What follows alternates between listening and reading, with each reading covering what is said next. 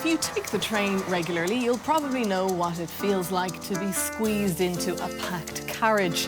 Everyone was like a sardine on there today. Even going home in the evening, 5 p.m, you won't get a seat on that train at all. It's absolute shambles. On this train, I would stand. If you don't get here before 6, you're standing to Tullamore. Somebody who's sort of stuck in the middle of the carriage trying to get off the next stop literally has an obstacle course to get through to get out because it's just so packed and they're panicking because I think they're going to miss their stop. You might think it's an issue that'll be fairly easily resolved. More trains, more carriages.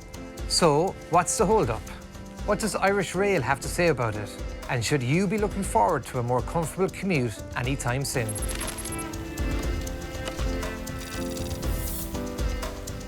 There's a number that tells this story. It's the annual number of journeys on the rail network. In 2012, it was 36 million. Now, it's 48 million.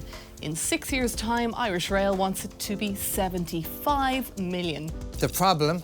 That's another number. The number of carriages Irish Rail has in operation. That number was cut during the recession as demand fell, but it hasn't increased in line with the growth in passengers. So now there's not enough carriages in operation. Byrne did notice this in 2016. They did the math, realised they're going to need extra coaches by 2019. We're in a situation where Byrne have done their best, I think, but we're caught out by the bureaucracy of the decision-making process between them, the National Transport Authority and the Department of Transport. Irish Rail wants to buy 41 extra carriages, but once they're ordered, it will be late 2021 at the earliest before they arrive. They will be the first new carriages in the country in a decade. We will not have more capacity on the network, and I think we have to be honest with people and with the travelling public and say to them, we will not have more capacity on the network for another 2 years. Another potential solution might sound obvious. Bring back carriages that were dropped during the downturn.